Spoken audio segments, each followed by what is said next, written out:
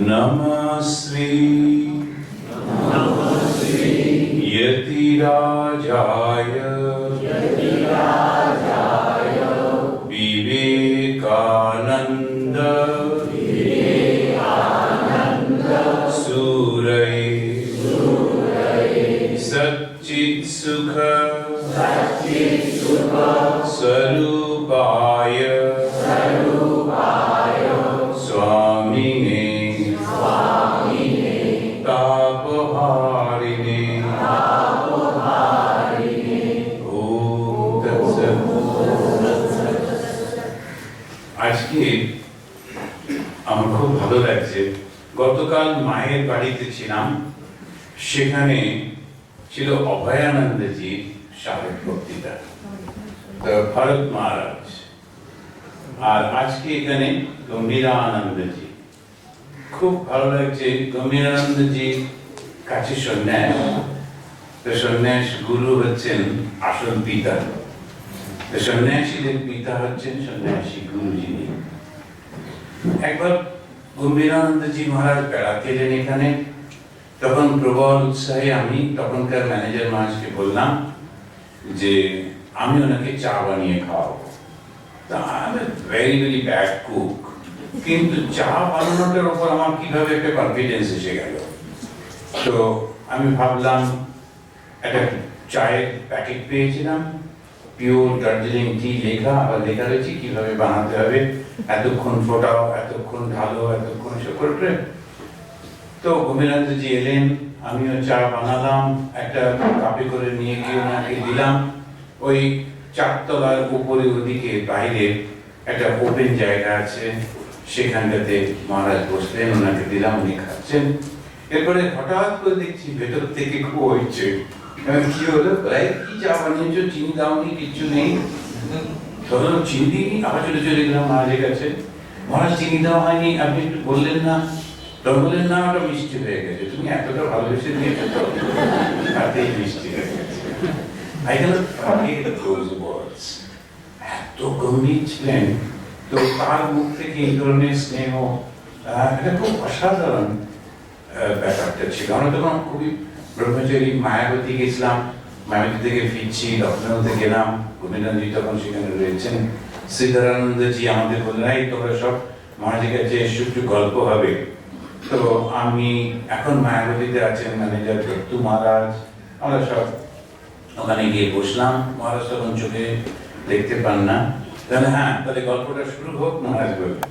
আমরা বললাম নিশ্চয়ই কিছু বলবেন টলবেন, কিন্তু মহারাজ বললেন, আচ্ছা বলো তো, নচিকেতা তৃতীয় বরটা কি চেয়েছিল? দত্তু হামাগুড়িতে পালাচ্ছিল। তখন অন্যরা হই করে বললো যে মহারাজ পালাচ্ছে। তখন মহারাজ বললেন, আমি তো গল্প করবার জন্যই বসলাম, পালাচ্ছে কেন? তো এটা গল্প হলো? তো উনি ওই শাস্ত্র ছাড়া কিছু কথা বলতে পারতেন না, খুব ফাস্ট সব কিছুতে, আর সবার প্রতি সমদৃষ্টি ছিল। এটা একটা খুব অদ্ভুত ছিল।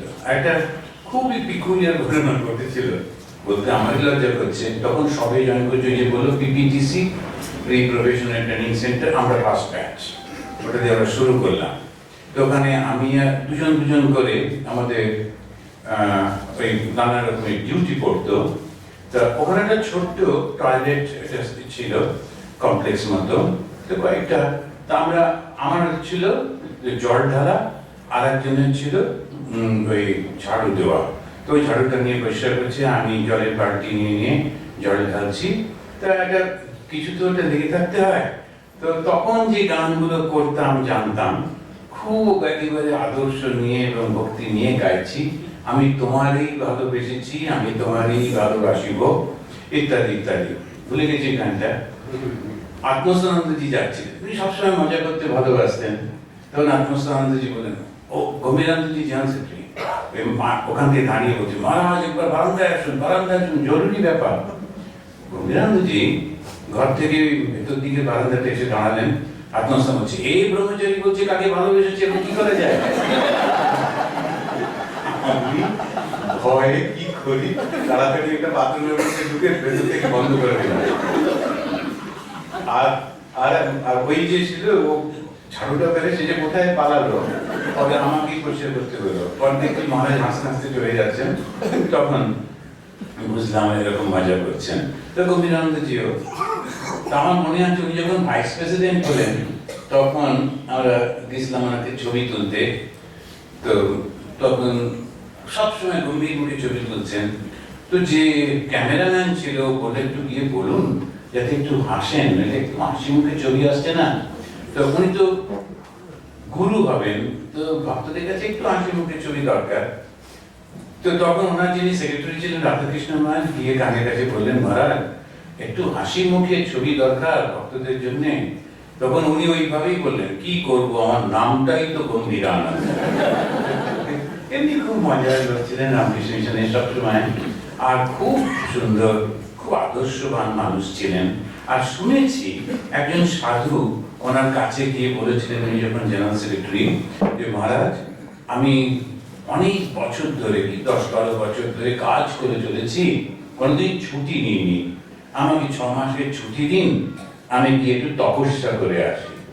তিনি বলেছিলেন, বলো কি, 12 বছর তপস্যা করনি, 6 মাসেই সব তপস্যাটা হয়ে যাবে? ছুটি হয়তো ওনাকে দিয়েছিলেন, কিন্তু এই কথাটা খুব গুরুত্বপূর্ণ কথা, ওটার উপর নির্ভর করেই এই সমস্তটা। ওর কথা ছিল আমার গুণগান, এখন জানাচ্ছে। এখন ওটাতে উনি যে কথাটা বলেছিলেন তার উপর বেশ করে আজকের পুরো বিষয়টা। বলো কি, 12 বছর তপস্যা করনি, এই 6 মাসেই তোমার তপস্যা সব হয়ে যাবে? ওটার উপরই বেশ করি আমাদের বিবেকানন্দের বেদান্ত। এই বিবেকানন্দের বেদান্ত যখন আমরা আলোচনা করছি, আমি শেষের দিকে একটু প্রশ্ন উত্তর রাখার চেষ্টা করব। তো নমস্রী যতিরাজায় বিবেকানন্দ সুন্দরায়, এরপরেই বলছেন সচ্চিৎ সুখ স্বরূপায়। তো স্বামীজিকে অন্যভাবে ব্যাখ্যা করা যায় না, তিনি হচ্ছেন ব্রহ্মের স্বরূপ। যদি ব্রহ্ম যদি মানুষ রূপ ধারণ করে তো কেমন দেখতে হবে? স্বামীজি। এই যে ব্রহ্ম, তিনি যদি শরীর ধারণ করেন, সেই শরীর ধারণ করে সেই ব্রহ্ম যখন ব্রহ্মকে বোঝান, আত্মাকে বোঝান, তখন সেটা কত সুন্দর হয়, কত সত্য হয়, কত সহজ হয়ে যায়। সেইটাই উনি বলছেন। আমরা জানি ব্রহ্মের প্রতিপাদ্য, প্রতিপাদ্য শব্দটা একটা টার্মিনোলজি, সংস্কৃত টার্মিনোলজি। প্রতিপাদ্য বিষয় মানে তুমি যে বিষয়টা জানতে চাইছো সেটা হলো ব্রহ্ম। তো মানুষের জীবনের চরম সীমা হলো ব্রহ্মজ্ঞান। ব্রহ্মজ্ঞান লাভ করতে হবে। এই জ্ঞানটা লাভ করা মানে বাইরে থেকে গিয়ে পড়াশোনা করে, আমরা অনেক সময় অন্য ইউনিভার্সিটিতে যাই, সেখানে গিয়ে পড়াশোনা করে একটা জ্ঞান লাভ করি, কিন্তু ব্রহ্মজ্ঞানটা কি সেই রকম লাভ করা? তা কিন্তু না। ওই জ্ঞানটা আমাদের ভেতরেই রয়েছে, শুধু অজ্ঞানটাকে সরিয়ে দিতে হবে, তাহলেই হয়ে গেল। তো এই কথাটুকু বুঝতেই আমাদের জীবনের পর জীবন কেটে যায়, এইটুকু শুধু বুঝতে। আমি হচ্ছে রাজপুত্র, কিন্তু আমার ওটা খেয়াল নেই, ঘুরে ঘুরে বেড়াচ্ছি। তারপরে যখন এসে একজন বলল, তুমি তো এই রাজার ছেলে, রাজপুত্র, সব কিছু তোমার, ওই যে একটা সঙ্গে সঙ্গে সব কিছু দূর হয়ে গেল, ওই রকম একটা ভাব। ঠাকুর স্বামীজিও বলেছেন সেই গল্পটা, যে ওই ছাগলদের মধ্যে বা ভেড়াদের ধরতে গিয়ে তখন একটি সন্তান হয়ে গেল বাঘিনী। তারপরে সেই বাঘিনীটা বড় হলো, সেই বাঘটা আস্তে আস্তে ভেড়াদের মধ্যেই ম্যাঁ ম্যাঁ করে, ব্লিচিং। তারপরে আর একটা সিংহ এসে ওগুলো, আরে তোর মধ্যে কি করছে, গিয়ে ওকেই ধরেছে। আর ও বলছে, আমি ভেড়া, আমি ভেড়া, আমাকে ছেড়ে দেবো। বলছি, কেন তুই ভেড়া ভেড়া করছিস, তুই আমার মতো, চল দেখবো। গিয়ে একটা পুকুরে জলে তোকে দেখালেন, দেখ আমার মুখ আর তোর মুখ এক, ওদের মতো করে ডাকিস না, ঘাস খাস না, তুই জঙ্গলের রাজা, এবার আমার মতো করে একটু হুঙ্কার দিত, বাস চতুর্দিক একেবারে কেঁপে উঠল। এই যে সুন্দরভাবে, এত সুন্দরভাবে ব্যাখ্যা করছেন, কি করতে হবে? একজন গুরু শুধু নিয়ে গিয়ে বলবেন অহম ব্রহ্মাস্মি তত্ত্বমসি, তুমি সেই প্রচন্ড শক্তি প্রকাশ। স্বামীজি সেটাই বলছেন। এই ব্রহ্মজ্ঞান পাবার পদ্ধতিটাকে বলল ধর্ম। তো ব্রহ্মজ্ঞান যেটা, সেইটি লাভ করা, চরম জ্ঞান যেটি লাভ করা, কিন্তু এই লাভ করতে গেলে যে পদ্ধতি দিয়ে যেতে হবে সেটাকে বলা হলো ধর্ম। স্বামীজি বলছেন religion deals with the truths of the metaphysical world. তারপরে বলছেন just as chemistry and other sciences deal with the physical world. যখন একজন কেউ কেমিস্ট্রি জ্ঞান লাভ করতে চায়, সে যদি এসে আমাদের বৃহদারণ্য উপনিষদ নিয়ে গিয়ে পড়াশোনা করতে থাকে, কেমিস্ট্রি কিছু জানতে পারবে? বলো, পুরো এত মোটা বইটা পড়লাম মহারাজ, কিছুই বুঝলাম না। এখন ভুল হয়ে যাবে না, যেটাই স্বামীজি বলছেন। যদি তুমি জাগতিক জ্ঞান লাভ করতে চাও, জাগতিক বইগুলো পড়তে হবে। আধ্যাত্মিক জ্ঞান লাভ করতে চাও, আধ্যাত্মিক বিষয়ে পড়াশোনা করতে হবে। কিন্তু ধর্ম হলো সেম টাইপ অফ সায়েন্স। কেন বললেন সায়েন্সের সঙ্গে মিলিয়ে? কেননা যেমন করে পরীক্ষা নিরীক্ষা করে বিজ্ঞান এগোয়, ধর্ম পরীক্ষা নিরীক্ষা করতে করতে এগোয়। এটা হচ্ছে বৈশিষ্ট্যটা। উনি কিন্তু বললেন না কবিতা বা খুব সাহিত্য বা ভূগোল বা ইতিহাস, উনি বললেন সায়েন্স। সায়েন্সটা কেন? সায়েন্স সবসময় পরীক্ষা নিরীক্ষা করতে করতে যায়। যারা কেমিস্ট্রি পড়েছেন 25-30 বছর আগে, আজকের যে কেমিস্ট্রি অনেক পাল্টে গেছে। যারা ফিজিক্স পড়েছেন 30 বছর আগে, আজকে ফিজিক্স পাল্টে গেছে। তো এই যে ভাবটা আমরা দেখি, ধর্মটাও কিন্তু এগোতে থাকা উচিত। যদি না এগোয়, ওই ধর্ম তখন ভয়ঙ্কর হয়ে যায়। সব সময় পরীক্ষা নিরীক্ষা করতে করতে এগোতে হয়। বেদান্তের ওইটাই বৈশিষ্ট্য। বেদান্ত সব সময় কিন্তু পরীক্ষা নিরীক্ষা করতে করতে এগিয়েছেন সামনের দিকে। এইটা হচ্ছে ধর্ম, হলো আধ্যাত্মিক জগতের সত্যকে জানার প্রচেষ্টা। যদি ধর্মকে জানতে চাও, তবে তোমার নিজের মন অন্তরকে অধ্যয়ন করো। স্বামীজি বলছেন যদি ধর্মকে জানতে চাও, নিজের মনকে অধ্যয়ন করো। The book from which to learn religion is your own mind and heart. যদি ধর্মকে জানতে চাও, নিজের মনকে অধ্যয়ন করো। ঠাকুর বললেন মন মুখ এক করো। ধর্মটা ওইটুকুই। কেন? মনের মধ্যে একটা ভাব রয়েছে, আর মুখে আমি আরেক রকম করছি। একটু ভদ্রতা ঠিকই আছে, কিন্তু সম্পূর্ণ একটা অন্য ভাব মনের মধ্যে চলছে, বাইরে আর এক রকম করছি। ওইটা তখন খুব মুশকিল হয়। ধর্মের উপরে লোকের এত শ্রদ্ধা, ও ছুটে ছুটে যায় ওদের কাছে। আর যখন যাদের কাছে যায়, তারা তো ধর্মের কিচ্ছু বোঝেই নি। ওরা তো ব্যবসা ভেঙে বসে আছে, সুন্দর করে একটা গাড়ি টাড়ি লিখে একটা পুরো অ্যাডভার্টাইজমেন্ট। তো ফলে কি হয়, ওই বাবাজির এখন জেলখানায় ডাকেন। তো বাবাজি জেলখানায় গেলেন, প্রবলেমটা হয় আমাদের। কেন? আমরা তো বাবাজির দলে না। রাস্তাঘাটে লোকেরা তখন যাকে দেখে তাকে দেখি সুন্দর করে। তো সেই কারণতে খুব সাবধানে থাকতে হয়। যদি আমি নিজে ভুল করলাম তো কোনো ক্ষতি নেই, কিন্তু আমার ভুলের সঙ্গে সঙ্গে সকলের নামে কলঙ্ক লেগে গেল। যে সেই একেবারে বুদ্ধদেব থেকে শুরু করে শঙ্করাচার্য, প্রত্যেকের জীবনে কলঙ্ক। যে গেরুয়া করে ওরাই চোর, ওরাই অসৎ। এটা কত বড় খারাপ কথা। তো সেই জন্য উনি বলছেন you learn religion from your own mind. এটা হচ্ছে বিবেকানন্দের বেদান্ত। খুব সুন্দর করে উনি বলছেন এত বইপত্র যে পড়বে, সেটা নিজের মনটাকে দেখো না, মনটা কি চাইছে, কি বলছে। মানব মনের গহীনে অন্তর্জগৎকে নিখুঁত ভাবে দীর্ঘদিন ধরে অধ্যয়ন করে যে সত্য পাওয়া গেছে, সেই আবিষ্কারকে লিপিবদ্ধ হয়ে আছে উপনিষদে। তবে যে উপনিষদ পড়ি, এখন 11টা উপনিষদ গম্ভীরানন্দজি প্রত্যেকটা ট্রান্সলেট করেছেন। খুব অন্যায় দিয়ে বাংলায় করেছেন, ইংলিশে করেছেন, কত বড় যে কাজ করেছেন। তো সেই এমনি সংস্কৃত থেকে ওটা করাই যায় না, পড়াই যায় না, বোঝা যায় না, খুব খুব কঠিন। খুব কয়েকজন মাত্র বুঝতে পারে যদি ডাইরেক্ট সংস্কৃত থেকে। আর সংস্কৃত যে যারা ওগুলো কম্পোজ করেন ভগবান জানে কেন, একটু হাইফেন দিতে লিখলেই হয় বুঝতে পারি, একসঙ্গে চোখ করে দেন, এত বড় একটা পুরো লাইনটাই একটা শব্দ। ওটা ভাঙতে ভাঙতে কোনটার সঙ্গে কি হবে করতে করতে বড় মুশকিল। গোবিন্দানন্দজি অন্যায় করে দিলেন, এটা পড়ে পড়ে ভেঙে ভেঙে কত সুবিধা হয়ে গেল। কিন্তু ওই রিসার্চ করে করে করে করে দীর্ঘদিন ধরে রেজাল্টটা পাওয়া গেল, সেটা হলো উপনিষদ। এই উপনিষদ থেকে তাই বলা হয় reading of the book within. Reading of the book within. আমরা যখন উপনিষদ পড়ি তাহলে কিন্তু ভেতরের কথাগুলোকে পড়া হয়। এক একটা উপনিষদ যখন আমরা পাঠ করি কি সুন্দরভাবে ব্যাখ্যা করতে করতে চলেন, অন্তরের অন্তঃস্থলে থাকা জ্ঞানকে জানা যে কত কঠিন তার একটু আভাস তৈত্তরীয় উপনিষদ আমাদের দিয়েছেন। আমরা চোখ বুঝলাম মেডিটেশন, ওদেশে এখন বিদেশ গুলোতে এখন মেডিটেশন একটা দারুণ ফ্যাশন।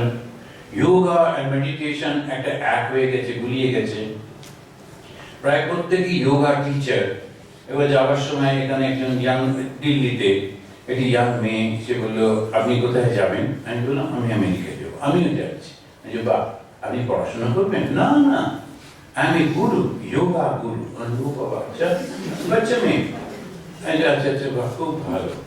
তো বললো, আমি বললাম যে ঠিক আছে, গুরুর মঙ্গল হোক, শিষ্যগুলো বেশি করে মঙ্গল হোক, কারণ এই গুরুরা সে যাচ্ছে। ভারতবর্ষ থেকে কেউ বেঁধে আর সুন্দর করে কথা বলতে পারলেই হলো। ফল কি হচ্ছে জানেন? প্রায় আমি যেমন একটি ছেলেকে এখন মেন্টালি হিলিং করার চেষ্টা করছি, ধীরে ধীরে ওকে বলছি, খুব ভালো ছেলে। যে ছেলেটি কলেজে পড়ছিল, থার্ড ইয়ার হয়ে গেছিল, কিন্তু ফার্স্ট সেকেন্ড ওই থার্ড ইয়ারটা কন্টিনিউয়াসলি ও একটা কি স্কাইপে কার কাছ থেকে নাকি কিভাবে যোগ শিখতো। আর এই যোগ শিখতে গিয়ে তোমার হার্ট বন্ধ হয়ে গেছে, তুমি মৃত, এইসব নানা রকম করতো, করে টোরে ফল ও পাগল হয়ে গেছে। এখন নানান রকম সব দেখে, নানান রকম সব হয়ে গেছে। আর একজন বয়স্ক লোক ডেট্রয়েটে ঘুমোতে পারছেন না, বললেন আমি সবসময় মাথার ভেতরে না দেখছি জল জল করছে একটা ফুল, ওই যে হোয়াইট ফ্লাওয়ার এরকম, এখন আমি ঘুমোতে পারি না, কি রকম কষ্ট। আর একজন আমার কাছে দীক্ষা নিয়েছেন, খুব মানসিক কষ্ট, Swamiji I can't slip, I can't slip. তখন আমি বললাম তুমি একটা কাজ করো, ঠাকুর বলেছেন চুপ করে শুয়ে মা কালীকে বুকের উপর চিন্তা করো, তুমি মাথাতে চিন্তা করো না, বুকের উপরে চরণ দুটি চিন্তা করতে থাকো। এরকম করে করে করে করে এখন অনেকটা, কিছুদিন আগে এসেছিল, অনেকটা ভালো। এখন কিভাবে ড্যামেজ করে দিচ্ছি আমরা, কেন? কেননা ভুল হচ্ছে সবকিছুর মধ্যে। এটাই উপনিষদ বলছে কতটা কঠিন।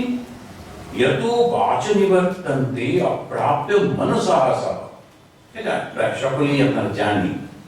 यतो যেখান থেকে বাচ বাক্য নিবর্তন্তে ফিরে আসছে, অপ্রাপ্য না পেয়ে মনসাসা, মনটাও কনসিভ করতে পারলো না, একটা মনে যে ধারণা করবো সেটাও হলো না, প্রকাশ করবো সেটা তো ছেড়েই দাও। তো মন এবং বাক্য দুজনে মিলে ফিরে চলে এলো, কিছুই সে পেল না।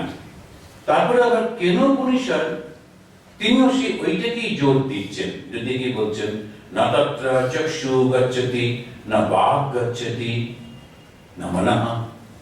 এখন না তত্র, তত্র মানে সেখানে, চক্ষু গচ্ছতি আমি যে চোখ নিয়ে দেখবো তার কোনো উপায় নেই, আর না বাক গচ্ছতি, তাই ঠাকুর বললেন না ব্রহ্ম উচ্ছিষ্ট হননি, কেননা কেউ ওকে প্রকাশ করতে পারে না, ব্রহ্মকে প্রকাশ করার সাধ্য কারো নেই। তবু কিন্তু মানুষ থেমে যায়নি, হেরে যায়নি, তাকে জানতেই হবে। এই ডিটারমিনেশন নিয়ে এগিয়েছে এগিয়েছে, এই লক্ষ্য সামনে রেখে অনুসন্ধান করতে করতে আবিষ্কার করেছে এই সত্যকে, যে সত্যের নাম দেওয়া হয়েছে ব্রহ্ম।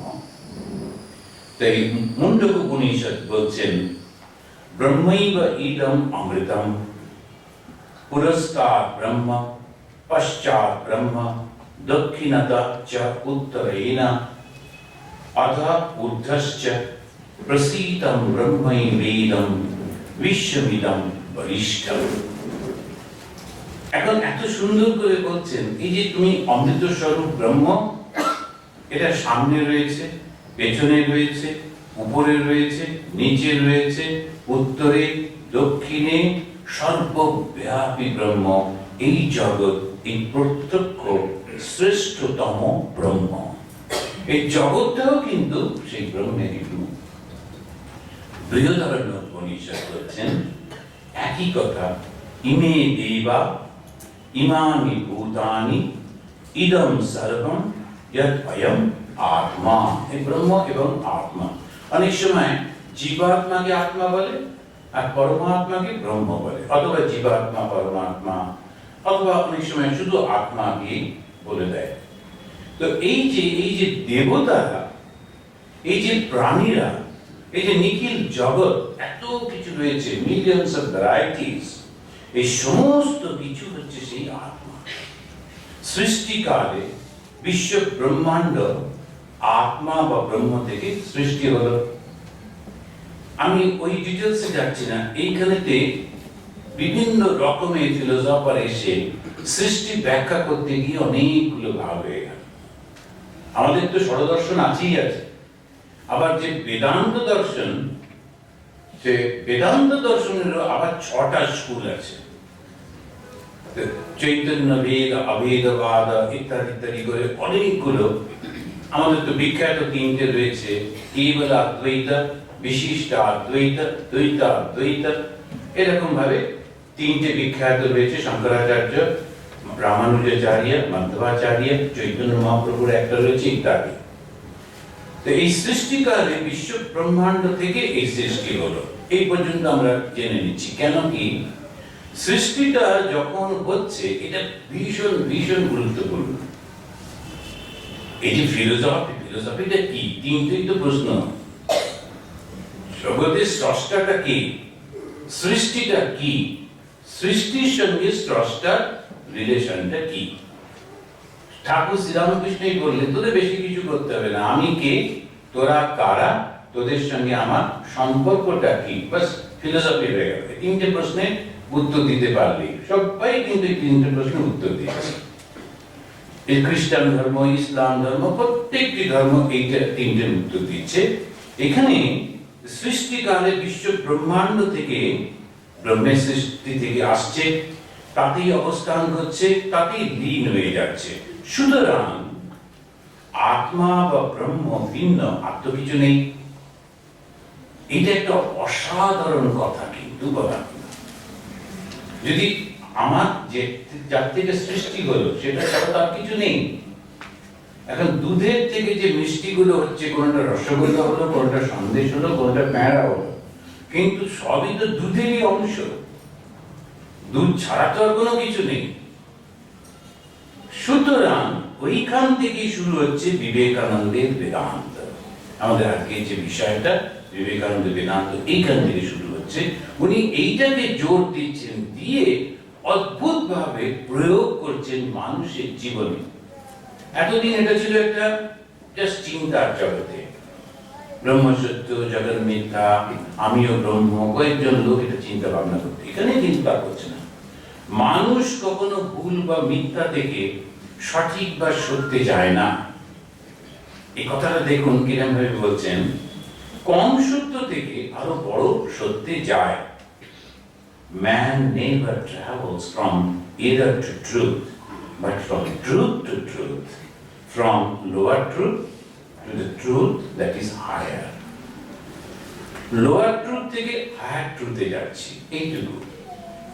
একটা ছোট বাচ্চাকে যখন দেখানো হচ্ছে চাঁদ, সে বলে দেখো চাঁদের উপরে না কি কি সব দেখা যাচ্ছে, ওই দেখো এইটা, ওইটা দেখো এইটা, এরকম সব। আবার একটা বড় লোক যখন চাঁদকে দেখছে, সে আর এক রকম ভাবে দেখছে। আর একজন যখন টেলিস্কোপ দিয়ে দেখছে, আর এক রকম ভাবে দেখছে। যারা রকেট নিয়ে চাঁদের উপরে গিয়ে নামছে, তারা আর এক রকম ভাবে দেখছে। প্রত্যেকেই সত্য দেখছে, ঠিকই দেখছে, কিন্তু কমপ্লিট সত্যটা দেখতে পারা খুব কঠিন। ঠাকুর আবার এটা একটা গল্প দিয়ে বললেন। কিসের গল্প? হাতি আর অন্ধ। অন্ধ যাচ্ছে, এই হাতিটাকে দেখছে, দেখে একজন একরকম বলছে, সবই সত্য, কেউ বললো হাতিটা একটা দড়ির মতো, লেজটা ছুঁয়েছিল, কেউ বললো বড় একটা জ্বালার মতো, পেটটা ছুঁয়েছিল। সবাই ঠিকই বলে যাচ্ছে, কিন্তু সেগুলো সব ছোট্ট ছোট্ট সত্য, কিন্তু ওটা মিথ্যা না। সেইটাই হচ্ছে গুরুত্বপূর্ণ। মিথ্যা থেকে সত্যি কিন্তু যাচ্ছে না, ছোট সত্য থেকে বড় সত্যে যাচ্ছে। এর উপরে বেশ করে এবারে স্বামীজি শুরু করলেন, উপনিষদ তাই জীব জগৎকে বলছে ট্রুথ, সত্য, আর ব্রহ্মকে বলছে ট্রুথ অফ ট্রুথ। সত্যস্য সত্যম ইতি, সত্যস্য সত্যম ইতি। তো জগৎটা হলো একটা সত্য, কিন্তু ব্রহ্ম হলো সত্যের সত্য। এই সত্য থেকে এই সত্যটা সৃষ্টি হয়েছে। সত্যস্য সত্যম। বিভিন্ন দার্শনিক বিভিন্ন ভাবে স্রষ্টা ব্রহ্ম আর সৃষ্টি জগৎকে ব্যাখ্যা করেছে। ওইখানে ওই নানান জন নানান রকম ভাবে বলছেন। কেউ বলছেন আমরা সম্পূর্ণ বিচ্ছিন্ন হয়ে গেছি, পরিপূর্ণভাবে পরিবর্তন হয়ে গেছে। যেমন একটা দুধ থেকে দই হয়ে গেল, কমপ্লিটলি চেঞ্জ হয়ে গেল, আর কখনো দুধে যেতে পারবে না। তখন এইটাই সমস্যা থেকে যাচ্ছে। সেজন্য একেবারে পরিপূর্ণ পরিবর্তন আর একটা না, ওটা মনে হচ্ছে যেন পরিবর্তন হয়েছে, অথচ সত্যি সত্যি পরিবর্তন হয়নি। তো শঙ্করাচার্য সেটা বলছেন যে এটা হচ্ছে মনে হচ্ছে পরিবর্তন হয়েছে, কিন্তু সত্যিকারের কোনো পরিবর্তন হয়নি। তো স্রষ্টা এবং সৃষ্টি একই আছে, মাঝখানে একটু মনে হচ্ছে যেন পরিবর্তন হয়ে গেছে।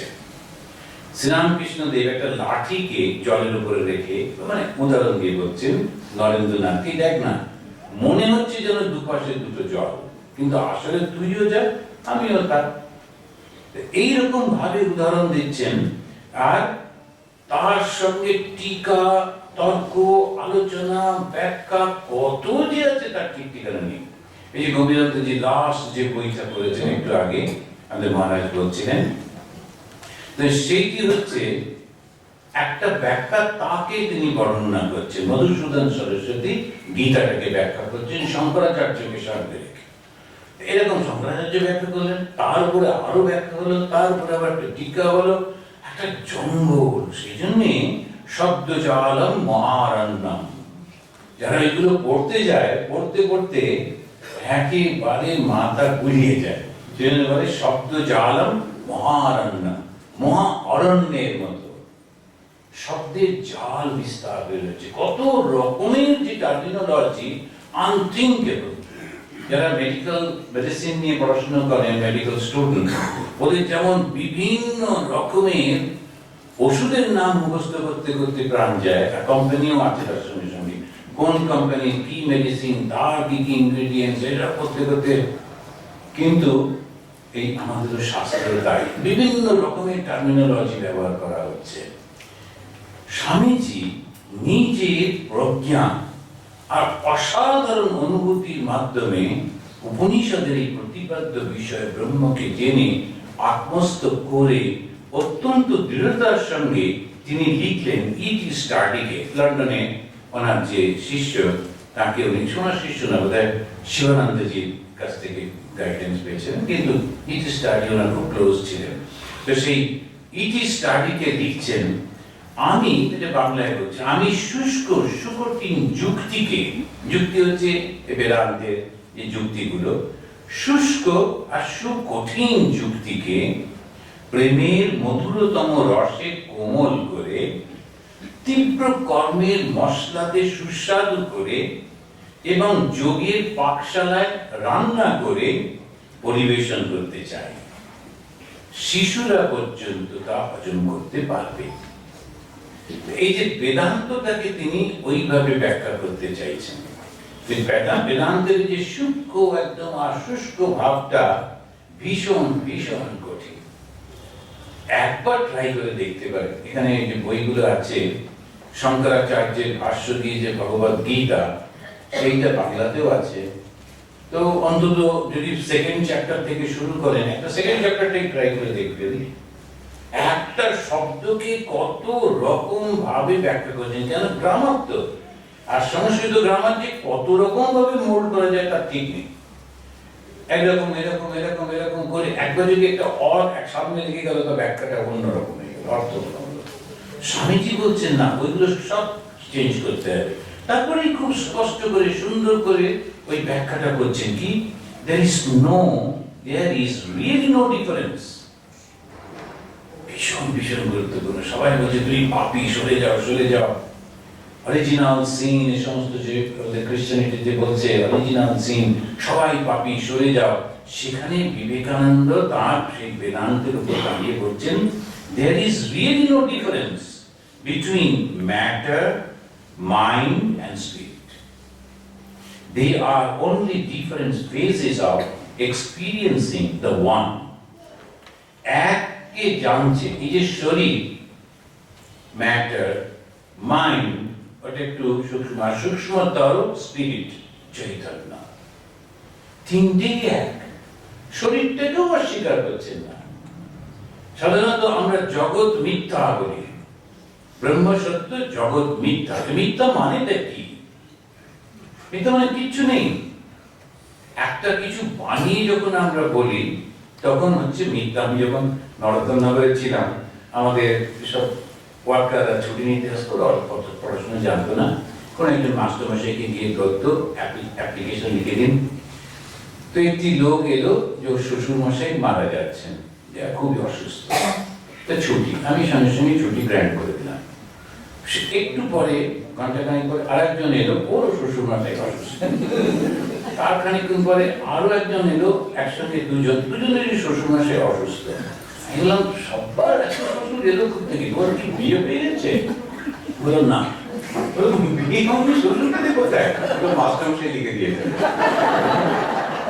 মহামুশকিল, বিয়ে হয়নি, শ্বশুর অসুস্থ হয়ে গেল, তার জন্য ছুটি। ও তো জানছে না, ও তো মাস্টারমশাই তো ইংরেজিতে লিখে দিলেন। আর মাস্টারমশাই অত সময় নেই, জিজ্ঞেসই করেনি তুই বিয়ে করেছিস কিনা। আর প্রথম জিজ্ঞেস যখন উনি শ্বশুর অসুস্থ বলাতে স্যাংশন হয়ে গেছে, তো ধরে নেওয়া হয়েছে ওই প্রসেসটা সুবিধা হবে। এখন মিথ্যাটা হচ্ছে আমি তো বিয়েই করিনি, শ্বশুর আসবে করতে। তো সেই রকম এই ধরনের মিথ্যা কি জগৎ মিথ্যা বলতে কি সেই রকম মিথ্যা? না, তা নয়। মিথ্যাটা হচ্ছে এটা আসলে সেই সত্যটা নয় যেটা চিরকাল থাকে। এই মুহূর্তে এটা রয়েছে বটে, কিন্তু চিরকাল থাকছে না বলে সত্য বলতে যেটাকে আমরা বলি, যেন একটু কনফিউশন হয়। সত্য আর মিথ্যার একটা কনসেপশন আমাদের আছে, ধারণা একটা আছে, ও মিথ্যা বলছে, সত্য বলছে, এরকম সব হয়।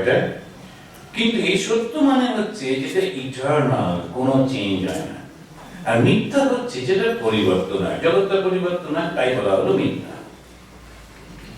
এই যে ছোট্ট ছোট্ট জিনিসগুলোকে স্বামীজি বলছেন there is really no difference between matter, ম্যাটারটাকেও উনি বলছেন এটাও একটা এক্সপিরিয়েন্স, কিন্তু তারপরে বলছেন মাইন্ড, মাইন্ডটা তো ম্যাটার থেকে আরো সূক্ষ্ম, এবং তারপরে বলছেন spirit. They are only different phases of experiencing the one. ওই সেই ব্রহ্মকে জানাতে অল্প অল্প করে এগিয়ে যাচ্ছে। সেজন্য যদি আমরা দেখবেন বেদান্ত যখন আমরা পড়ি তখন বলছেন অন্নম ব্রহ্মেতি বেজানা, অন্নকেও ব্রহ্ম। এবারে যখন নতুন বেলুর মঠের কিচেনে খেতে যাবেন, একটু দেয়ালের দিকে তাকিয়ে দেখবেন এখানে সেখানে লিখে রেখেছে অন্নম ব্রহ্মেতি বেজানা। অন্নটাই, খাদ্যটাই হচ্ছে তোমার ব্রহ্ম। এখন প্রথম যদি খাদ্য না খায় তখন তো হবে না। সুতরাং এটাই আমার কাছে এখন সত্য, এই প্রথম আগে এটা পেয়ে নি, অন্নম ব্রহ্মেতি বেজানা। এইভাবে বেদান্তকে অসাধারণ ব্যাখ্যা করছেন স্বামীজি।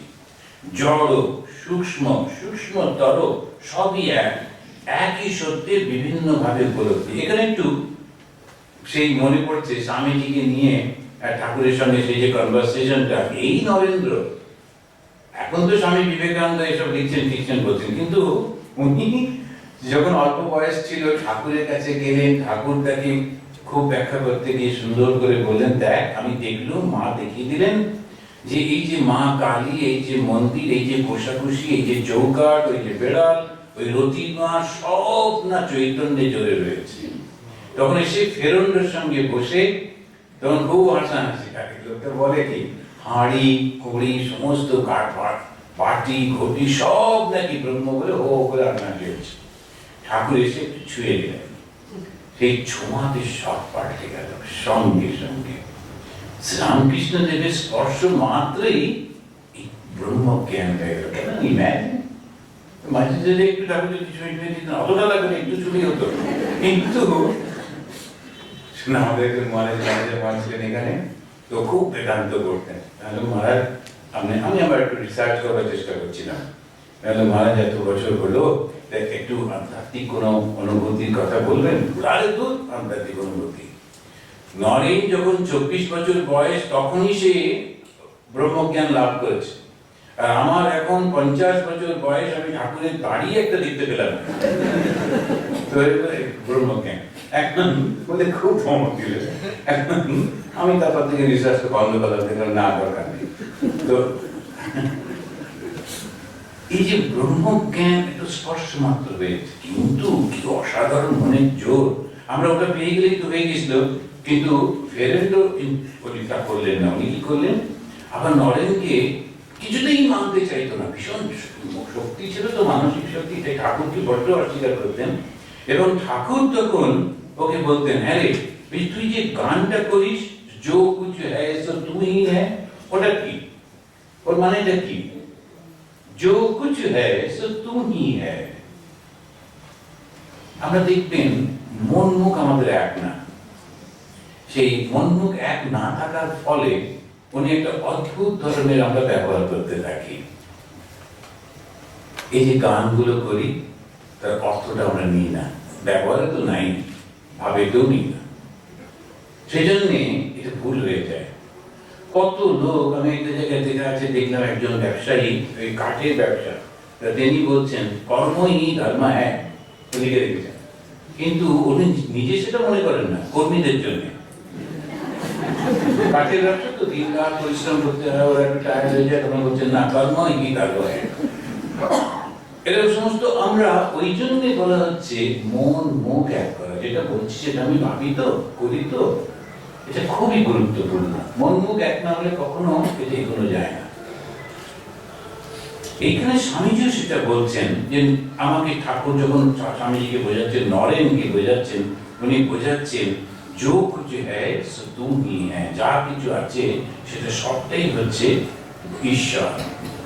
ঈশাবস্যমিদং সর্বম যৎকিঞ্চ জগত্যাম জগৎ। অথচ আমরা কি রকম ব্যবহার করি মানুষকে। এবার দেখছিলাম একটা টিভিতে দেখাচ্ছিল, গিয়েছে চোখ দেখা যায় না, সে একটা ধর্মের লোক আর একটা ধর্মের লোকটাকে আস্তে আস্তে করে করে মারছে, একটু একটু করে করে মারছে, এবং সেটা তার ভাইপো আবার ক্যামেরায় ছবি তুলে রাখছে। কি বিভৎস মানসিকতা, ভাবা যায় যে আমি হচ্ছি বড় ধর্মের, তুই হচ্ছিস ছোট ধর্মের, সুতরাং তোকে মেরে দেব। কল্পনা করা যায়? এই যে ভাবগুলো আমরা দেখি, সেটার সঙ্গে তাই এই বেদান্তের প্রয়োগটা মনে রাখতে হবে। এবারে স্বামীজি ওগুলো তো হলো, তাঁর গুরু তাকে দিলেন, স্বামীজি নিজেও কিন্তু এটাকে লাভ করলেন। কাকড়িঘাটের ঘটনাটা মনে করুন, সেই যখন উনি আলমোড়ার কাকড়িঘাটে গেছেন, সেখানে নিজে সেই অভিজ্ঞতা, বোধহয় তুমি পাঠিয়েছিলে আমাকে, কাকড়িঘাটে যে গাছটার নিচে বসে ধ্যান করেছিলেন, এই গাছটা যখন পুরনো হয়ে যায়, সেটা কেটে ছোট ছোট টুকরো কাঠগুলো, সেই রেলিক্স বলা যেতে পারে, বিভিন্ন জায়গায় পাঠিয়ে আমি একটা টুকরো টুকরো পেয়েছি। তা আমাদের একটা, আমি যখন শিকাগোতে ক্লাস দিচ্ছিলাম, তখন এই ঘটনাটা বলবার পর ওটা আমি সবাইকে দেখালাম, সকলেই অনেক উপরে মাথা রেখে প্রণাম টনাম করলেন। ওই গাছটাও একটা বিরাট রেলিক্স হয়ে গেছে। স্বামীজি ওর তলাতে কি পেয়েছিলেন? Oh Ganges, today I have solved my life's problem. আমার জীবনের সমস্যাটাকে আমি আজকে তার থেকে মুক্তি পেলাম। কি সেটা? যা আছে ভাণ্ডে এই জীবের মধ্যে, তাই আছে বিশ্ব ব্রহ্মাণ্ডে, সমস্ত কিছুর মধ্যে এটা রয়েছে। মাইক্রোকসম ম্যাক্রোকসমের কথা বললেন, নিজে অনুভব করলেন। অদ্বৈত বেদান্তকে স্বামীজি তার নিজের মতো করে সারা বিশ্বের মানুষের জন্য ব্যবহারিক দর্শনে রূপান্তরিত করলেন। এখানে কিন্তু বলা হলো অদ্বৈত বেদান্ত, কারণ বিশিষ্ট অদ্বৈত আছে, দ্বৈত আছে, অদ্বৈতাদ্বৈত আছে, এরকম সব রয়েছে বলে শুধু বলা হলো অদ্বৈত বেদান্তকেই স্বামীজি গ্রহণ করলেন। করে এবার তিনি নিজের মতো করে ব্যাখ্যা করছেন। আর এই যে তথাকথিত হিন্দুরা, তারা কি বলতো যে ব্রাহ্মণ ছাড়া এটা পড়া যাবে না, এটা পড়ে তোমরা বুঝতে পারবে না, ব্যাপারটা সব খারাপ হয়ে যাবে, আমি ঈশ্বর এটা কেউ যদি জানতে পারে তখন সে নানান রকমের উৎপাত শুরু করে দেবে। সেই জন্যে উনি ওরা শেখাতো না। অদ্বৈত বেদান্ত শুধুমাত্র কয়েকজনের মধ্যে থাকতো। এই উচ্চ ধারণা অপব্যবহার করবে এরকম সব মনে করতো। স্বামীজি খুব জোরে প্রতিবাদ করলেন, ভেঙে দিলেন ধারণাটা। এবারে তিনি বলছেন মানুষ নিজে খুব স্বার্থপর, তাই সে চায় না যে সে যতদূর জ্ঞান লাভ করেছে অপরেও সেটা করুক। তাহলে তার ভয় হয় অন্যের নিকট সে এই বিষয়ে সম্মান পাচ্ছে, যেটা সে আর পাবে না। সেজন্য সে তর্ক করে থাকে যে দুর্বল চিত্ত লোকের নিকট উচ্চতম আধ্যাত্মিক জ্ঞানের কথা বললে তাদের বুদ্ধি ভুলাইয়া যায়, সেজন্য এটা বলা উচিত না। আর বিরক্ত হয়ে স্বামীজি বলছেন জ্ঞানালোক আসিলে মাথা ভুলাইয়া যাইবে, ইহা কি কখনো সম্ভব? স্বামীজির পত্রাবলীতে রয়েছে যে যখন জ্ঞানের আলোক আসছে তাদের মাথা গুলিয়ে যাওয়ার কি আছে, আরো ভালো তো হবে। কেন? সেটা একজন যখন ঠাকুর সম্পর্কে বলেছিল, ও ঈশ্বর ঈশ্বর করে করে ওনার মাথাটা খারাপ হয়ে গেছে। ঠাকুর তখন বললেন তোমরা জগৎ করে করে মাথা খারাপ হলো না, আর আমি চৈতন্যকে চিন্তা করতে করতে চৈতন্য হলাম, এটা কখনো হয়?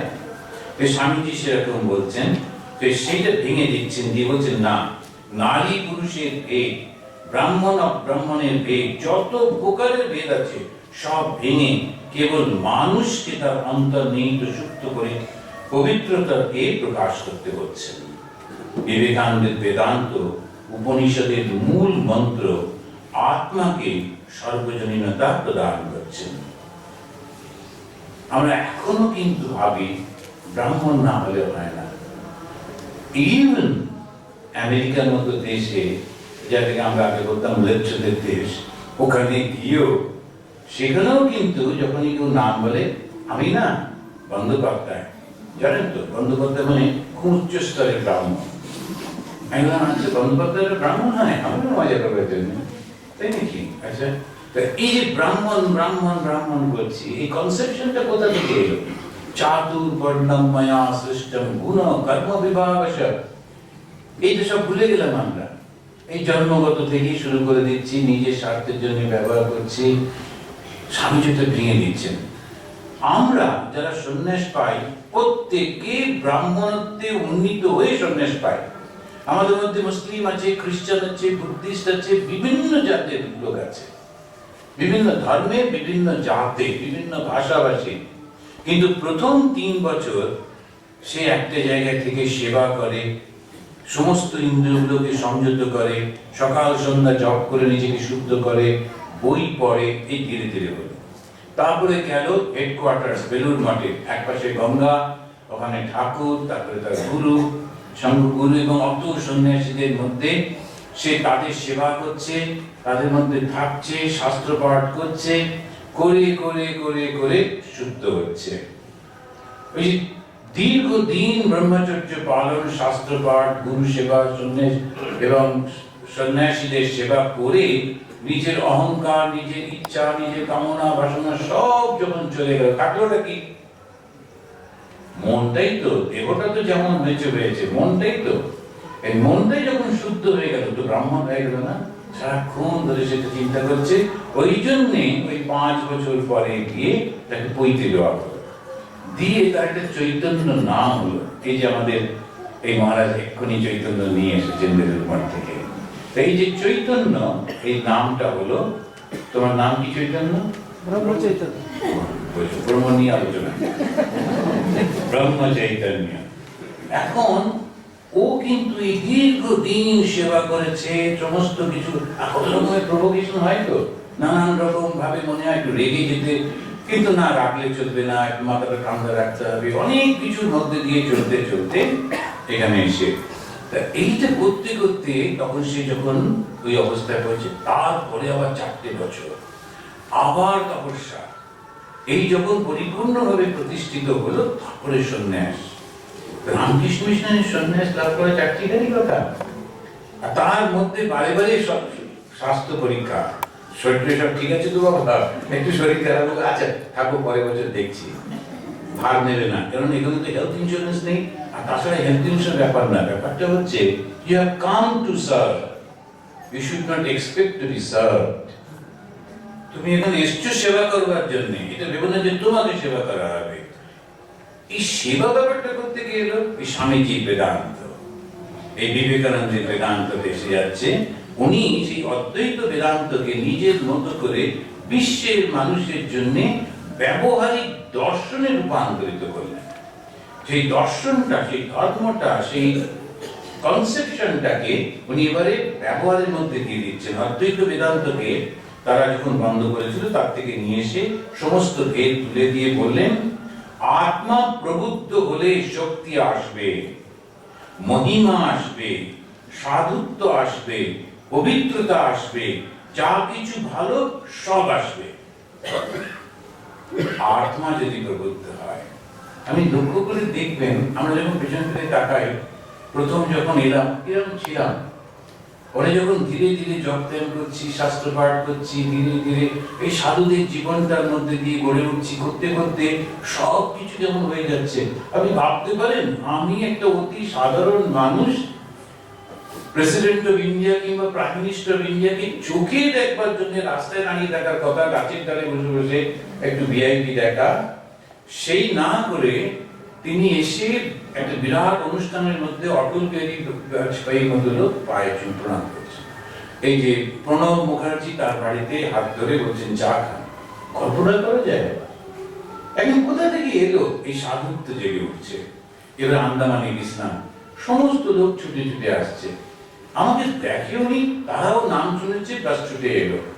স্টুডেন্টরা ছুটে আসছে, তাদের বউ বাচ্চা নিয়ে এসে আমার মাথায় একটু হাত দিয়ে দিন, একে একটু মারুন তো, মানে কেন আমার একটা স্টুডেন্ট তার বাচ্চাকে নিয়ে এসে এইটুকু লাফালাফি করছে, মা একটু মারুন তো, আমাদের ছোটবেলায় যেমন বকতেন একটু ওকে বকে দিন, ওকে কিন্তু বলতে একদিন বকলে হয়ে যাবে।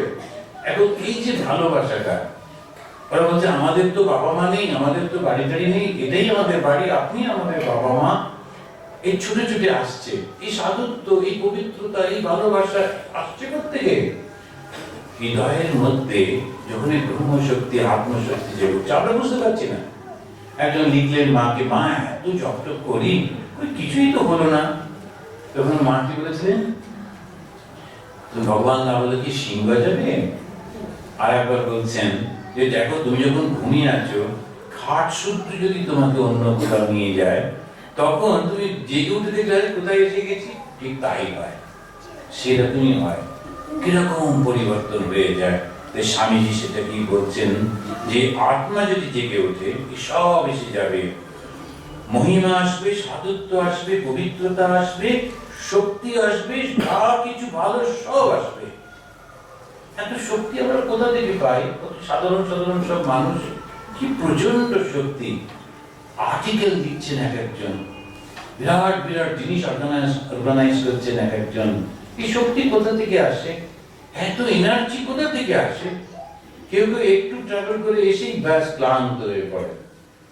আমাদের মধ্যে অফুরন্ত শক্তি কোথা থেকে আসে এখন বুঝতে পারছি। আমি কি বলছেন, এখন একটা অনুভব হচ্ছে, বাহ, তার মানে একটু তো কিছু পেয়েছে। আবার বলছেন, যে জ্ঞানে ভগবন্ধন হতে মুক্তি পর্যন্ত পাওয়া যায়, তাতে সামান্য বৈষয়িক উন্নতি হয় না। অনেক সময় মনে করে যে অদ্বৈত জ্ঞান, অদ্বৈত সব বিচার টিচার গুলো তাকে বৈষয়িক ব্যাপারে একেবারে নির্লিপ্ত করে দেবে, কোনো না। বেদান্ত একদিকে যেমন ধর্ম, আর একদিকে তেমনি দর্শন। এই দুটো জিনিস আলাদা। কিরকম? ধর্ম হচ্ছে যে পদ্ধতিতে অন্তরের নিহিত সত্যকে জানা যায়, যে পদ্ধতিতে উপবাস করলাম, গঙ্গা স্নান করলাম, তীর্থ দর্শন করলাম, দান করলাম, তারপরে যে সকাল সন্ধ্যে জপ করলাম, এই সব পদ্ধতির মধ্যে দিয়ে ওই সত্যকে পৌঁছেছি, এটা হচ্ছে ধর্ম। আর দর্শনটা কি? যুক্তি, তর্ক, বিচারের মধ্যে দিয়ে ওই সত্যটাকে প্রতিষ্ঠিত করা। বলা হলো তুমি হচ্ছে ব্রহ্ম, তত্ত্বমসি। তখন বলে সে কি করে হবে তত্ত্বমসি, আমি কি করে হবে? তখন এর অর্থটা কি, তখন একটু একটু করে বিচার করছে, আমি কে আসলে, কিভাবে এটাকে আমি নেব, আমার মন, আমার বুদ্ধি, আমার চেতনা, এই সমস্ত গুলোকে ব্যাখ্যা করছে। জাহল লক্ষণা, অজাহল লক্ষণা, জাহল্লা জাহল লক্ষণা, এই সমস্ত গুলোকে, এই তখন যুক্তি তর্ক করতে করতে, তাই তো আমি তো সেই, এমনি মনে হচ্ছে ক্ষুদ্র, কিচ্ছু নেই, কিন্তু আমার ভেতরে অনন্ত শক্তি। ওই একটা শিশু ছোট্ট, ও এসে কি বেদান্ত হচ্ছে না হচ্ছে, বিবেকানন্দ বেদান্ত না হচ্ছে, শঙ্করের বেদান্ত হচ্ছে, কোনো মাথা ব্যথা নেই। শুধু ভাবছে যে কোন রকম ভালো কিছু হচ্ছে না, বেশ এনজয় করা যায়। কিন্তু ওর মধ্যে একদিন ব্রহ্মজ্ঞান, ওই হয়তো জগতের একটা ধর্মগুরু হবে, কি জানে। সেই জন্যই স্বামীজি বলেন, each soul is potentially divine. প্রত্যেকটা মানুষের মধ্যে পটেনশিয়ালিটি রয়েছে, খুব বড় কাজ করতে পারে। আমার মনে আছে, আমি তখন আন্দামানে, তার খবর কাগজে বেরোলো, আমাদের রহড়ার একটি ছেলে, সে ট্রেন ডাকাতি করতে গিয়ে ধরা পড়েছে, রহড়া রামকৃষ্ণ মিশন। আর সঙ্গে সঙ্গে লোকেরা তো একটু খুব ধরতে পারলে, এত ভালো স্টুডেন্ট হয়েছে, কেউ খবর রাখে না, কিন্তু একটা চুরি করেছে সেটা খবর। তারপরে গিয়ে কোথায়, আমি আন্দামান, ওখানে আমি ধরেছি। আচ্ছা, রামকৃষ্ণ মিশনের ছেলে এরকম ডাকাতি করলো কেন স্বামীজি? আমি বললাম, ওই চুরি তো করেনি, আমরা সব বড় কাজ করতে শেখাই, যা করতে হবে বেশ ভালো করে বড় করে করতে হবে, ছোটখাটো কাজ না। ঠাকুর স্বামীজি বলছেন, দাগ রেখে দাগ রেখে ডাক্তারকে মোটা হয়ে গেছে, দর পড়ে গেছে। এখন এই তো যেটা আমরা বলছি, তখন এই শক্তিটার প্রকাশ। এখানে স্বামীজি বললেন যে ধর্ম হলো অতীন্দ্রিয় অভিজ্ঞতা, এটাকে বলছে সুপার সেন্সুয়াল নলেজ, অতি ইন্দ্রিয় অভিজ্ঞতা। ইন্দ্রিয় চক্ষু কর্ণ নাসিকা জিহ্বা ত্বক, এই যে ছটা ইন্দ্রিয় এখানে পৌঁছতে পারছে না, ওর বাইরে গিয়ে যখন অভিজ্ঞতা পাচ্ছে সেইটা, কিন্তু অতি প্রাকৃত নয়। এটা বড় একটা জিনিস। অতি প্রাকৃত মানে সুপার ন্যাচারাল কোনো কিছু না, সেইটা মনে রাখতে হবে। সুপার ন্যাচারাল কোনো কিছু যখনই আমরা মনে করি, যেটা কখনো কেউ হয়নি, সেইটা করতে হবে, ওটাই ধর্ম। ওই যে আপনাদের কাছে যারা পুরনোরা জানেন, আমি বলেছিলাম, যখন আমি ব্রহ্মচারী কোথায় যেন যাচ্ছিলাম এখানে ট্রেনে করে, তখন একটি বাচ্চা মেয়ে এখানে গুণামতি তাকে বললো, আমার হাত দেখতে পারো? আমি বললাম, না দেখতে জানি না। তাহলে তুমি সন্ন্যাসী কি করলে? এখন সন্ন্যাসী মানে হাত দেখতে হবে, কপাল দেখে বলে দিতে হবে, এইগুলোও একজন। সে যখন ট্রেনে করে যাচ্ছি, তখন ওই কোথায় ফ্লাইটটা, সেখানেও আস্তে আস্তে বলছে, can you read the fortune hand ইত্যাদি। আমি না বাবা, তবে তুমি তোমাকে একটা দিকে বলতে পারছি, তোমার স্মার্টনেস, তোমার খুব ভালোই হবে, একটু উৎসাহ দিলাম, ভালো হবে এটা নিশ্চিত। সন্ন্যাসীদের কাছ থেকে ওরা একটু উৎসাহ চায়, ওই পর্যন্ত প্রত্যেকে ভালো হবে, নিশ্চয়ই হবে। সেই যুগ ব্যাধির বিশল্যকরণী উপনিষদকে কিভাবে প্রচার করবে সেটা ব্যাখ্যা করতে গিয়ে নিবেদিতাকে বলেছেন। নিবেদিতা স্বামীজিকে যে রূপ দেখিয়েছি সেখানে রেকর্ড করেছেন। আমার ইচ্ছা, স্বামীজি বলছেন, প্রাচীন ভারতের সৎ গুণগুলি আবার জেগে উঠুক, তার সঙ্গে সঙ্গে যুক্ত বর্তমান যুগের যা কিছু শক্তিশালী গুণ, সেজন্য আমি শুধু উপনিষদ প্রচার করি। লক্ষ্য করে দেখবে, উপনিষদ ব্যতীত আমি আর কিচ্ছু কিন্তু বলি না। কখনো প্রমাণ রূপে উপনিষদ ছাড়া আর কোনো কিছু থেকে উদ্ধৃতি দিই না। উপনিষদের মধ্যে আবার সেই ভাবটি যা শক্তির প্রকাশক, বেদ বেদান্তের সার ওই শব্দের মধ্যে নিয়ে রয়েছে। তো স্বামীজিকে যে রূপ দেখিয়েছি তাতে নিবেদিতা একটা লিখছেন, শুধু উপনিষদ প্রচার করছেন। আমরা যখন বক্তৃতা করি নানান রকম কায়দা, ও দেশে বিদেশে না, আমি যদি বেশ শব্দগুলোকে সুন্দর করে ব্যবহার করতে পারি তো খুব একটা অ্যাট্রাকটিভ হয়, সব কথাগুলো নানা রকম। কিন্তু উপনিষদ, আর সেই ব্যবহারিক উপনিষদ হচ্ছে শ্রীরামকৃষ্ণ বিবেকানন্দ মা সারদার জীবনী। এর থেকে শুধু পড়া আমাদের শুনতাম, মহারাজরা বলতেন, তোমরা নিজেদের অত ব্যাখ্যা ট্যাখ্যা দেওয়ার চেষ্টা করো না, বরঞ্চ শুধুমাত্র ঠাকুর মা স্বামীজির কথাগুলো বলো, তখন দেখবে মানুষের উপকার হবে। আমাদের একজন ব্রহ্মচারী চেরাপুঞ্জিতে ছিল, এমনি কথাটা ঠিক বলতো, যখন কোনো কঠিন আলোচনা হচ্ছে, যখন এই কথাটা বলা হতো ঠিক ঠিক বলতো। তারপরে বলছে যেমন বলে, এবার নিজের একটা বুদ্ধি দিয়ে কোন একটা উদাহরণ দিত, ঠিক উল্টো উদাহরণ দিত। সেই জন্যে তখন ওখানে আমাদের শান্ত রূপানন্দজি, পরে উনি পোর্টল্যান্ডে শরীর চলে গেছে, মারা গেছেন। শান্ত রূপানন্দজি ওখানে ছিলেন চেরাপুঞ্জিতে। উনিও তখন ওকে বলতেন, ওর ডাক নাম ছিল সুবল। সুবল ওই আসলটা বলে দিতে, চুপ করে যা, উদাহরণ দিস নি, উদাহরণকে গোলমাল হয়ে যাচ্ছে।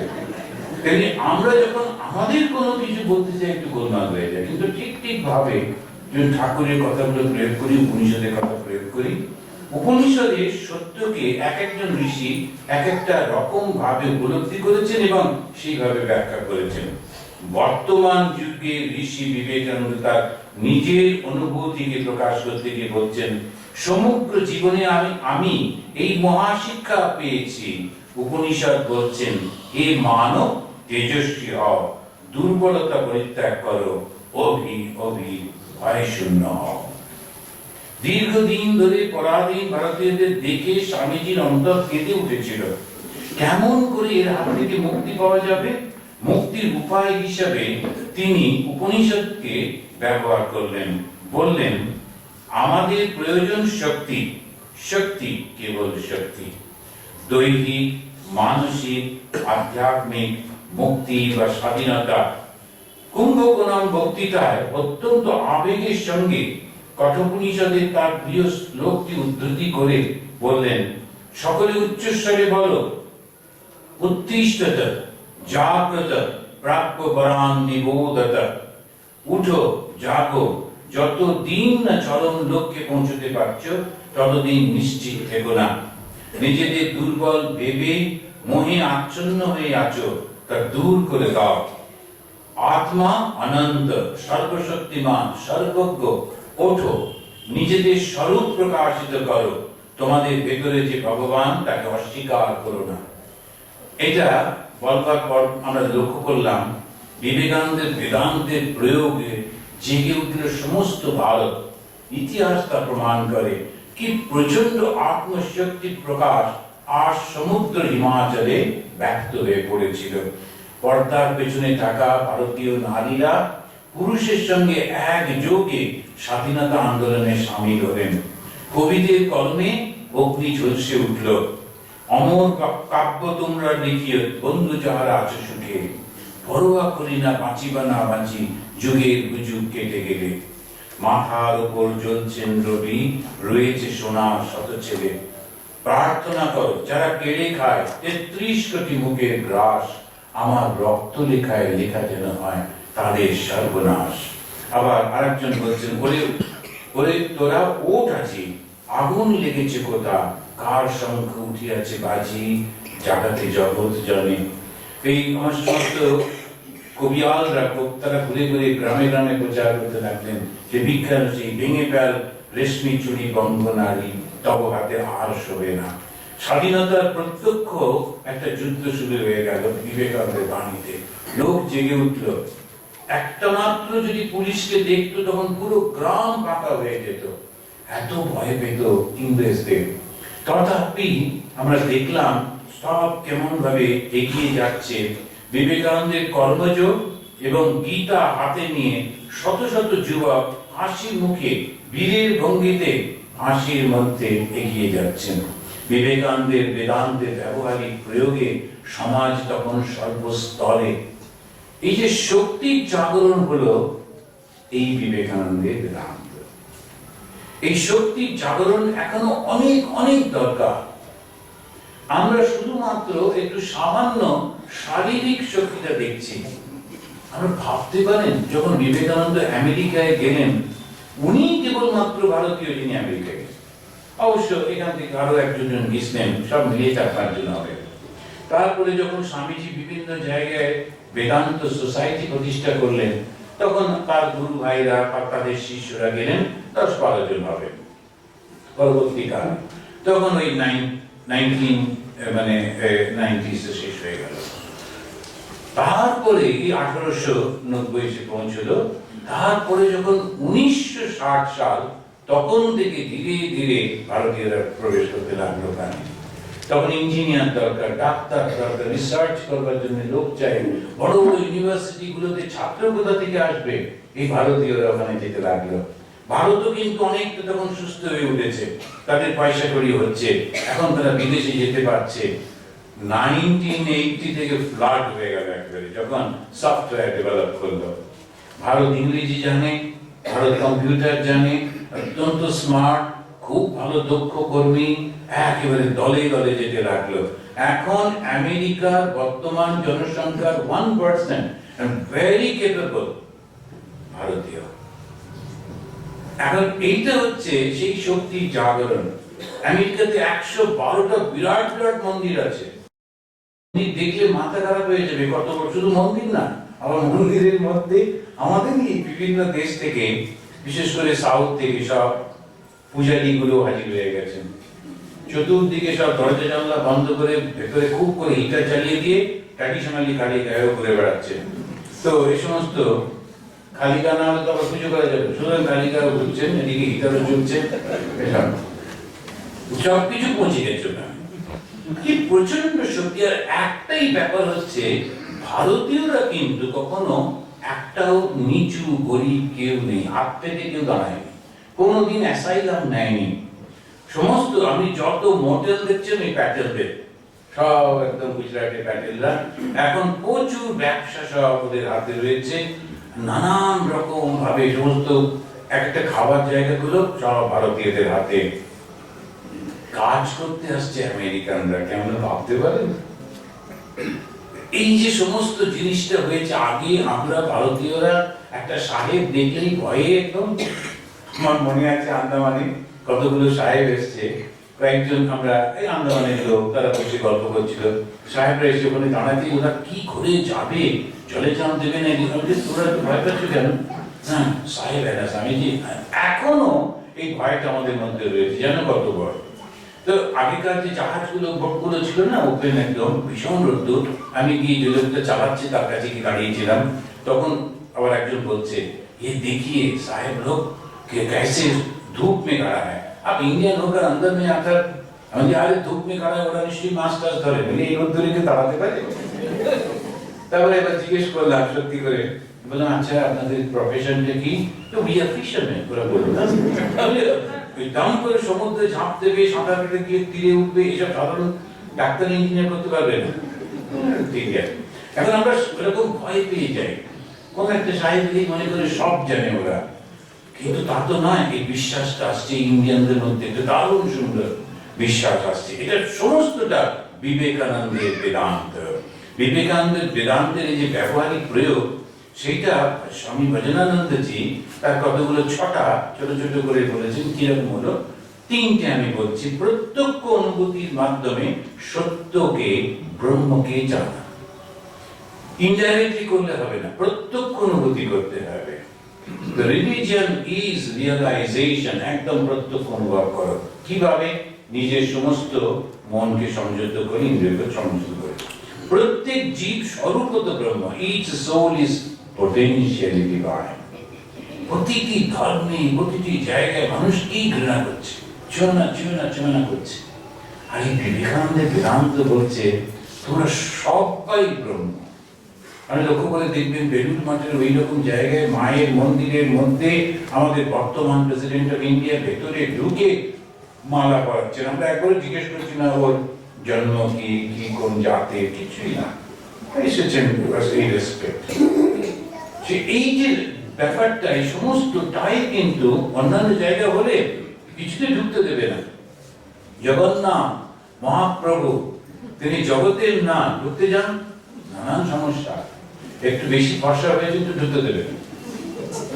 তো হ্যাঁ, খুব সমস্যা। যারা খুব ফর্সা লোক অন্য জায়গায় ঠিক আছে, জগন্নাথ মহাপ্রভুর ওখানে কি মুশকিল আছে? ওরা জিজ্ঞেস করবে তুমি হিন্দু কিনা, এই কিনা, ও কিনা, নানান রকম। এই প্রত্যেক জীবের মধ্যে স্বরূপত ব্রহ্ম, এটা অত্যন্ত বড় কথা স্বামীজি বললেন। আর ব্রহ্মের বিকাশ করাই আধ্যাত্মিক জীবন। এই ব্রহ্মের বা এই শক্তি বা এই সত্যের বিকাশ করাই হচ্ছে আধ্যাত্মিক জীবন। আর এইখানে আমি সমাপ্ত করছি বিবেকানন্দের বেদান্ত। এবারে যদি ছোট কোনো কয়েকটা কোশ্চেন থাকে 5 মিনিট তার জন্য, যদি কোনো প্রশ্ন থাকে একটু জিজ্ঞাসা করুন।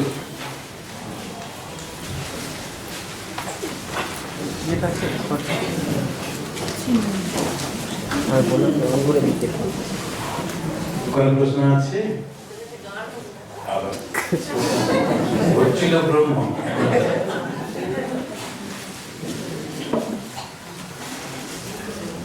বলো।